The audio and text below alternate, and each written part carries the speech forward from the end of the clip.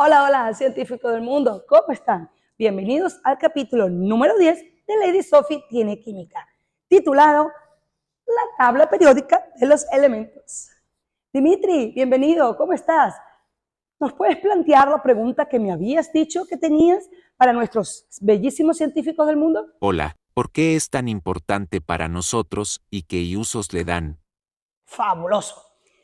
¿Sabían que la tabla periódica en realidad fue publicada en 1869? Pero la historia nos remonta muchísimo antes, aproximadamente 9 años antes, cuando Dmitri Mendeleev estuvo en el primer congreso de química junto con Stanislaus Kanischado, quien postergaron y publicaron diferentes ideas con relación a los 63 elementos que ya se conocían para aquel momento. Pero la historia no quedó ahí. Dmitri Mendeleev siguió buscando e investigando sobre las características que dicha tabla periódica tenía y de ahí originariamente creó la estructura que conocemos hoy en día. Pues se le considera el padre de la tabla periódica y se puede decir que de los inicios de la química, desde mi punto de vista, porque fue la persona capaz de intuitivamente por aquellas investigaciones e estudios que hizo, de determinar la posición específica de cada uno de los elementos como lo conocemos hoy en día. ¿Y cómo lo logró?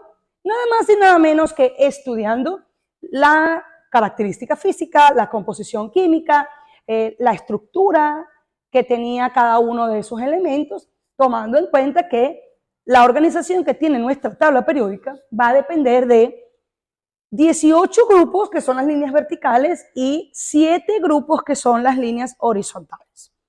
Cada una de las líneas horizontales va a representar el número de capas o, dicho de otra manera, científicamente el número de orbitales que dicho compuesto o elemento, porque en este caso son elementos los que tenemos ahí, no compuestos, pero dicho elemento van a tener en su estructura. Con la diferencia de las partes verticales, que son las líneas considerados grupos, que se organizan o caracterizan por tomar en cuenta las propiedades químicas de cada uno de los elementos que estamos trabajando. De hecho, los elementos que están en un mismo grupo tienen características físicas y químicas muy similares. De ahí en adelante, pues él fue capaz de determinar que tenemos las primeras líneas, o en este caso en la primera estructura vertical, que es conocida como el grupo 1A, que son los alcalinos. El grupo número 2A es conocido como alcalinotérreos. Tenemos todos los metales en el medio. Estos metales que están aquí en el medio son considerados de transición o de orbital D incompleto. Tenemos también los que en la parte azul, esta parte azul que vemos aquí, son otros tipos de metales. Tenemos los metaloides, que son los que están en color rosa viejo, y concluimos con esta parte que son los no metales. Dentro de los no metales tenemos el grupo del carbono, el grupo del nitrógeno, tenemos el grupo del oxígeno y los dos últimos, que son los estados ideales por donde queremos ir llegando, son el grupo 7, halógenos, y el grupo 8, gases nobles. Gases nobles es la estructura mayor o la mejor posición que todos los elementos de la tabla periódica pueden tener. Y eso se debe básicamente a que completan en su estructura, en su última capa del orbital, 8 electrones. Entonces, estos electrones les dan la estabilidad, por lo cual hace que son inertes, no reaccionan y están en su posición como preciosa o preciada para todos los otros elementos. Lo cual hace a los halógenos un grupo electro, el negativo de mucha fuerza, porque les está faltando solo un electrón. Y eso es lo que hace que sean muy reactivos. Dentro de las características entre metales y no metales, tenemos la estructura de decir que los metales son todas aquellas estructuras que son de características sólidas, son conductores de electricidad, conductores de calor, son maleables, se pueden trabajar con ellos. Como un ejemplo de ellos puede ser el aluminio, que lo usamos a diario en diferentes estructuras. Tenemos en cambio ahora los no metales. Los no metales están caracterizados por ser líquidos, sólidos o gaseosos y tienen todas las características contrarias a lo que son los metales.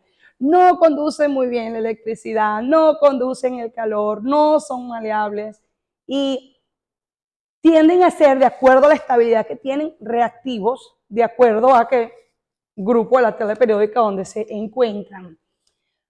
Les quiero plantear esta pregunta y es, ¿cuál es la importancia que tiene para ustedes la existencia de la tabla periódica?